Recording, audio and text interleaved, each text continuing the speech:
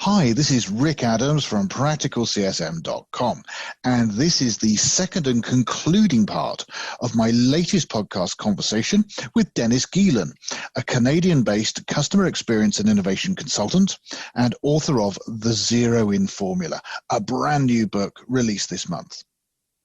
This podcast is all about his book and its relevance to the customer success profession, and right now, you are listening to part 2. So if you have not yet listened to part 1, my strong recommendation is to stop and find part 1 and listen to that first, and then come back to this part 2, afterwards. Thank you, and I hope you enjoy the remainder of my discussion with Dennis. Very different paths. And then, no spoiler alert, but there's also a twist in the story there when the big bad wolf comes along. So hopefully that resonates with everybody, and everybody can relate to the story, The Three Little Pigs. Well, yes. If you want to hear how the story ends, you have to buy the book. That's right. Okay, so look, in essence, you're recommending that every business needs to develop a high level of what you describe as customer-centric innovation, or CCI for short. So what do you see as being the key ingredients necessary for building high levels of CCI within a business? Right. So if you go back to the formula, it's or to quote Simon Sinek, start with why, right? Your purpose and direction. So let's make sure that the purpose and the direction of our company is based around knowing and understanding our customers first and foremost, and finding new and better ways to add value for them. If you look at your mission statement, your vision statement, your strategic goals, your values, if you're not seeing the customer all throughout that, if you're not seeing finding new creative ways of serving your customer all throughout that, you're not setting yourself up for success right off the bat. The next level down then would be your team collaboration, so your tools and strategies, right? Do we have customer-centric tools and strategies in place? Do we have the principles and the practices in place to be an innovative company or team? And then next level down, the individual skills and behaviors. Are we intentionally finding and retaining what I call the good apples? Everybody knows what the bad apples are, right? You don't want bad apples on your team, but are you intentionally finding good apples and retaining good apples and incentivizing those good apples? So those are the key ingredients of a CCI business. Okay. Let's compare what you're discussing in your book with the world of customer success best practice, because I think there is a strong link here. What has been your personal experience of customer success management, and how would you say the concepts behind customer success management link to the concept of customer-centric innovation as you've been describing it? And what can customer success professionals learn from gaining a deeper understanding of what CCI is and how it works? Yeah, well, right off the bat, I would say they go hand in hand. If you look at even the title, customer success, you want your customers to be successful. So right there, you're talking about being customer centric. Well, you have to be, don't you, if you're a customer success manager? Absolutely agreed. Yes. Right. So in the book, there's all kinds of tools and strategies about how do you do that? What does it look like to be customer centric, and how do you put that into practice? Your org structure, right? The tools that you use, the strategies that you use, different ways of making sure that you aren't just saying you're out for the success of the customer, but you're actually living it. So really, I would say trying to move from a state of being reactive to proactive. I'm sure we've all been in the position where, we're reacting to customer complaints, customer requests, customer issues. And yes, you need to do that appropriately. And yes, you have to have good strategies to do that. But more importantly, how do we be proactive and know and understand what our customers want and need, so we don't have to be as reactive, and so that they can be successful using our product or service because it was designed for them. Absolutely. Okay? Absolutely. So, yes. Yep. So in a sense, what you're describing in broad principle would come in front of a customer success team in the sense that the customer-centric innovation is the product that is customer-centric, and the customer success management is the post-purchase service that is customer-centric. Yeah. Yeah. Now, I guess it's not always nicely wrapped up in a bow like that, right? Sometimes you're gonna find yourself in the role of a customer success manager, newly hired into a company, and maybe these things aren't in place. Well, But and what do you also do? there are, right. We're not saying, or I'm not saying, and I'm sure you're not saying, don't be reactive. If a customer's got a problem, you don't say, "Well, I'm sorry, I only do proactive." It's not. They're not going to want to hear that. Yeah, they want help on that. They want reactive help and assistance with the problem they've For got, and that's sure. absolutely fine. So, Yes. so we're not throwing out reactive, but we're just saying better to not have had that problem in the first place. Yes. Yeah. And even when you're being reactive, that's a chance to be proactive for the next time.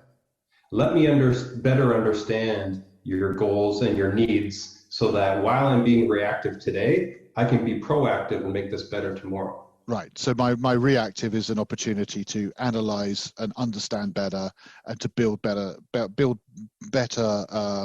CCI, or better customer centricity for the future. Okay. So thank you for that. One question that you ask fairly on in your book is, what does success look like? Which of course is a very important question for CSMs. They need to understand what success looks like for their customers if they are going to help them to achieve it. If it's important for CSMs to help their customer stakeholders to come up with, if you like, if not a completely definitive, then at least a well-considered answer to that question of what they mean by success. So from your perspective, in customer experience and innovation, which is the consultancy that you focus in, how important is that question, and when should it be asked, and how is it best answered? Yeah, multi-layered question there, but first of all, extremely important. And I'll start by saying it's going to differ depending on the business and where they're at in their journey, and depending on the customer, where they're at in their journey. You're going to have different answers to that question. So first of all, it's important to recognize that where we are as a company today, success might look different than it did 5 years ago, or success might look different than it's going to 5 years from now. So it's good to constantly be asking that question on the business side. What does success look like for us? But similarly, on the customer side, customers change over time. Their needs change over time. So to answer your question on when should that be asked, regularly, right? What does success look like for you? And let me constantly be in tune with that. And then you have to marry the two. What does success look like for our business? What does success look like for our customers? And how do we make sure that those things are in sync? So extremely important questions to ask on both sides of the fence, and at a regular interval, and discuss and make sure that they are aligned.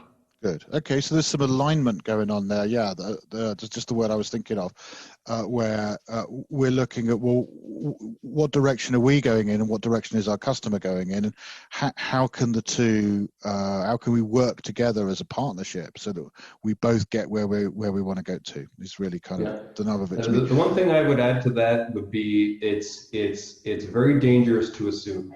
It's very easy to do. It's easy to assume that all the leaders in a company are on the same page with what success looks like, but that could be a very bad assumption. Well, that's a really good point, and I agree with Yes. you, and particularly perhaps at different levels within the organization, both. So I'm thinking both vertical and horizontal, if you like, here. So it depends on who you're speaking to as to what the answer is, and they may not tell you the whole answer. They may not know the whole answer, right? Yes. Yep. And similarly, don't assume you know what success looks like for your customer. Absolutely. Or even that your customer knows what success looks like for them. Yes, probably even more importantly, it's great to have those discussions and kind of help them through it and flush that out so you both have that same common understanding of what success looks like for them. Which then comes back to that point that you're making, which again I agree with, is that the definition for success changes. So put another way, outcome requirements change. And a lot of the time, outcomes requirements change, for very sort of practical and logical, or not logical, I don't think of a word, but for specific, well-defined reasons. But actually, I think a lot of the time, actually, the outcome requirements change because we have a better understanding now. We what we were chasing wasn't quite right. So there's a lot of assumption around outcomes. Because the whole point of an outcome is you don't really know what the world will be like once you've achieved it, until you've achieved it, and then you can look and say, well, now I've achieved this, so what? And actually it wasn't as great as I thought it would be, so here's the new outcome that I need. That's right. Based upon what I know now. Yeah, exactly. So they're almost, by its nature, there will be changes in outcome requirements as we move forwards. Anyway, let's turn our attention back to innovation for a moment, as your book is, a lot of your book is about that. And your book seems to me to essentially be saying that innovation is a good thing, right? So is innovation always a good thing? I think certainly we can all agree that disruption is most definitely not always a good thing. We really need to look around us, 2020 being a very good example of where disruption can sometimes be not so great. So, all right, if disruption cannot be so great, is innovation always good? And if not, then what makes innovation more or less good? And by good, I mean, I'm using a very evocative word here, so perhaps a better word would be useful. So when is innovation useful to a business or to that business's customers? And when is it, perhaps less, let's be honest, less useful? Yeah, well, right off the bat, and you hit right on another key point that I go into in the book, that there is such a thing as useless innovation. In fact, in the book, I call it, for short, IFSI, and that stands for Innovation for the Sake of Innovation. So that's we've got to do something. This is something. All right, let's do it. Right. Or if we go back to the Three Little Pigs example, the Mike, Chris, and Evan, Chris decided, I'm going to build a business around building and selling things that I like to build. Right? That doesn't mean what he's building is useful for anybody. He just enjoys it. But you see a lot of companies that make this mistake, right? We enjoy building this. Here's a cool new gadget, right? Here's something that, sure, on the surface, when you look at it, it's innovative. Is it actually solving a problem for anybody? Is it actually serving a purpose? Is it actually adding value? If the answer is no, and you'll see that in your sales, I would call that innovation for the sake of innovation. So right off the bat, no, not all innovation is good. But then I do classify useful innovation into two major categories. And actually this comes from Clayton Christensen, who speaks about this in his major book, The Innovator's Dilemma. So there's sustainable innovation. This is when you're making small incremental improvements to your product or service so that you're continually adding a little more value to your customers, or attracting new customers because, wow, this is getting better and better. Now, like you said a few minutes ago, a company can go way too far and add way too many functions and features, and now it's not useful anymore. So you have to be careful with your sustainable innovation, that what you're adding actually is incremental improvements, and your customers see it that way. So, a quick example there of sustainable innovation would be the Gillette razors. Over the last 15, 20 years, we've seen them go from, now there's 3 blades, now there's 4 blades, now there's 5 blades, now there's 5 blades with gel in it. I'm sure certain innovative products that they put out, people will say, oh, wow, that's really useful, and I see the difference. And then they get to a point where, okay, this is just gimmicky. This is not useful or helping me at all. So that's sustainable innovation. But then the other big category would be disruptive. Disruptive innovation, this is where you have a whole new way of adding value or completing a job that the customer is hiring your product or service to do, to coin another phrase. So if you go back to your shaving example there, that would be Dollar Shave Club, right? So Gillette said, let me focus on the product and let me just continue to incrementally add features and functionality to the product. Dollar Shave Club came along and said, hold on a sec, let's look at the business model. Instead of having customers have to go into their local drugstore, buy an expensive razor, and then have to continually buy expensive razor refills for their razor, we're going to look at that business model and say, what's a faster, more user-friendly way to allow customers to get a razor and ultimately do the job of shaving their face? That's what you're buying a razor to do. So they came up with a whole different business model that disrupted that industry and took major sales away from Gillette until they had to scramble and come up with their own version of Dollar Shave Club as well. So, or you can look at Blockbuster and Netflix, right? Another, very obvious example of disruptive innovation, right? Netflix looked at the business model and said, do people have to come into a store and pick out a movie that's probably not on the shelf because it's already rented? What's a better way of having them watch their movie on Friday night? That's the job they're trying to get done. We're going to have a disruptive way of solving that problem for them. Mm-hmm. Okay. Very good. And similarly then, we live in a world that is also, alongside aware of innovation and the importance of innovation, we live in a world that's very aware of the concept of customer service. And yet, still, we all as consumers experience what I would certainly describe as a very wide range of customer service levels, from incredibly good, but right through to downright appalling. Yes. So we've all seen that. Yeah, why is this still the case after all these years? Why can't we get even these basics right? What is causing this huge variety of customer service levels in modern organizations? Who should know better? Yeah, and you hit the nail on the head there. That's what I was trying to really get across in the book. What you're seeing is the difference between businesses that truly are customer centric and those that are not. They might use it in their marketing, they might say they're customer centric, but when you dig below the surface, they aren't, right? If you look at the formula that I lay out in the book, some of these businesses, they have customer-centric at the root and the forefront of their purpose, their strategies, their tools, and they intentionally hire the right people and put them in the right places with the right incentives and the right motivators to deliver that high level of customer service. Some businesses might have some pieces of the formula in place, so maybe a slightly less good customer service experience, and then some have little to no pieces of that formula in place, and they're ripe for disruption themselves. So if a company recognizes it needs to improve its customer service levels, how do the concepts contained within your book perhaps help them to do this?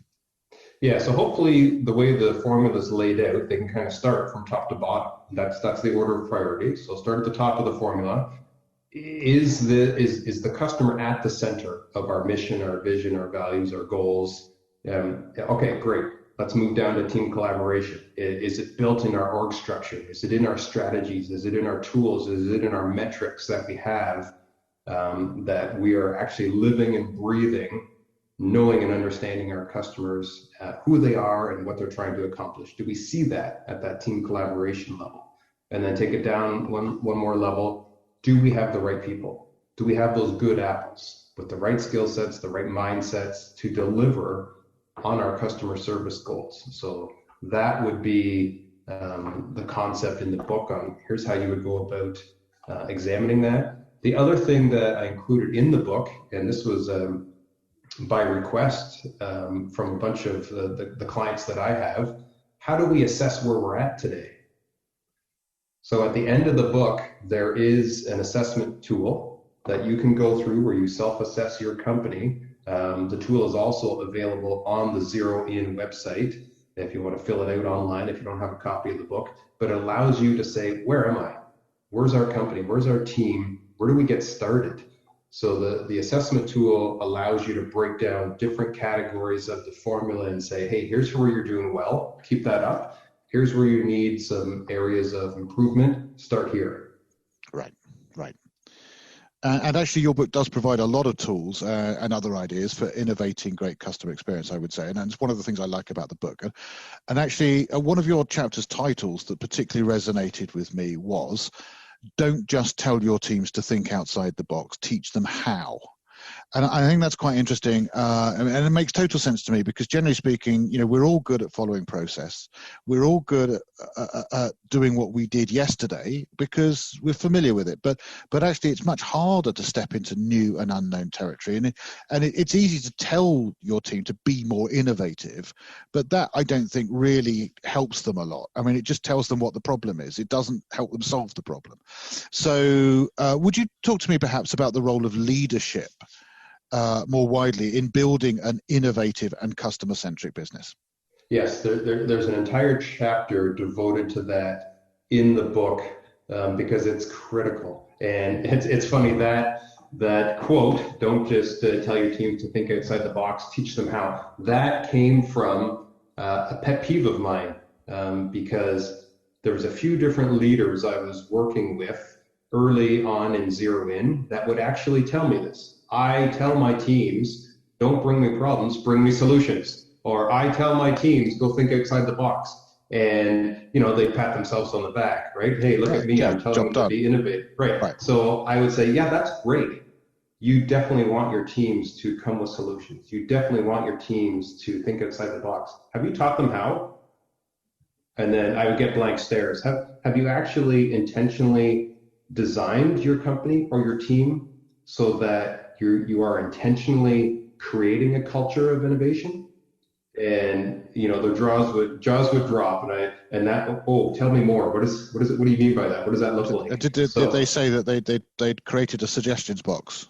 Yeah, exactly. We've done one minor little thing, check the checkbox, we've done it. So the book in this chapter goes into, here's what the leader's role is. Here's how you instill these principles, and here's how you design these practices right into your teams to make sure that you're helping them be innovative and thinking outside the box. You have a huge role to play. It's not all just pushed down to your employees. Right. Okay, well, look, we've covered a lot of ground, and we've still only scratched the surface about what your book contains. And I would highly recommend it to anyone who is interested in understanding how to build a successful customer-centric business. And I would also recommend it to those who may not be business owners or even business leaders, but whose role is to help their customers' businesses to grow and prosper, which I would suggest very much includes customer success professionals at all levels, from juniors upwards. Now, I've picked a few things out of the book that I particularly wanted to ask you about, Dennis, and I really appreciate you, diving in with me and giving me a few explanations about what was in your mind when you were writing those things. But what haven't we covered about your book, The Zero In Formula, that you would perhaps also just like to mention that perhaps you feel is especially relevant to the customer success professional that we haven't spoken about as yet? Yeah, I would say it's the stories. I mean, you can include all these strategies and tools as you want, but until you can put that into real life examples and context, that's when the light bulb goes off. So that was a big focus of mine, was let me look for businesses of all different sizes, all different sectors from around the globe, where I can give examples of where they are succeeding in some of these areas, where they've made some mistakes, so that the reader can learn from that and really relate to it and say, that's what that looks like to put that into practice in my business. Okay. So there's a logic to the book, and there's the formula, there's the tools, but then there's also the illustration of the formula and the tools through example, through storytelling, for people to sort of be able to grasp in a much more perhaps three-dimensional way than would otherwise be possible. Yeah, I wanted to make sure it didn't just read like a textbook. I wanted people to get a lot of value out of it, but also enjoy reading it. So I really think that the stories add that element. All right. And one final question then. Now you've written the book and it's just being published on, was it the 14th of September, I believe is out. What are your personal feelings about the book and what are your hopes for it for its readers? Yeah. So that's a roller coaster ride of emotions, let me tell you. When you're going through the process of writing your book, probably all writers will tell you that they go through various stages of, they go from self-doubt to excitement, back to are people going to see value in my book? Am I writing something that's new or different? Is this actually adding value and going to resonate with people? So you go through that. Like you said right off the top, there's thousands and thousands of business books out there. Why would somebody buy this one?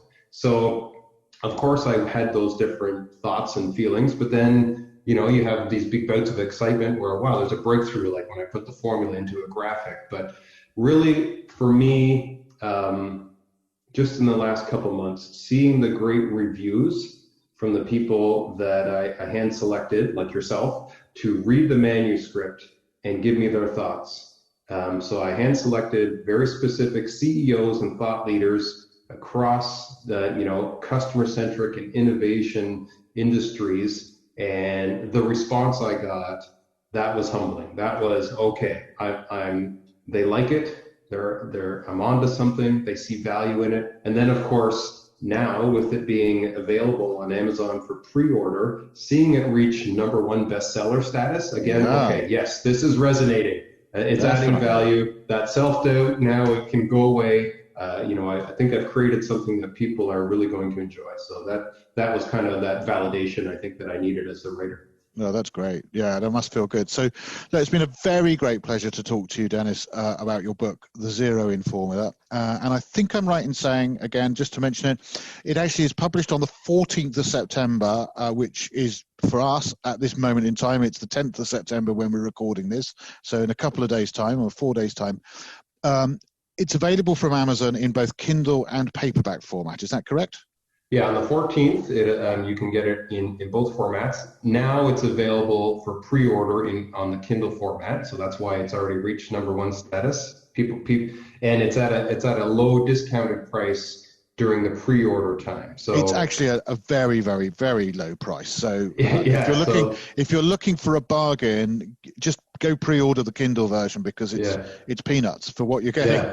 Yeah. Before September 14th, after that, it goes back to regular price. So now's your chance to grab it at a low price on the Kindle version. Audiobook version will be coming by the end of the month. It's actually being recorded right now. There's a professional voice actor that's doing that, and it's really coming along well. And it's a global launch. Yes, it's available on that data globally. Okay, great. All right, good.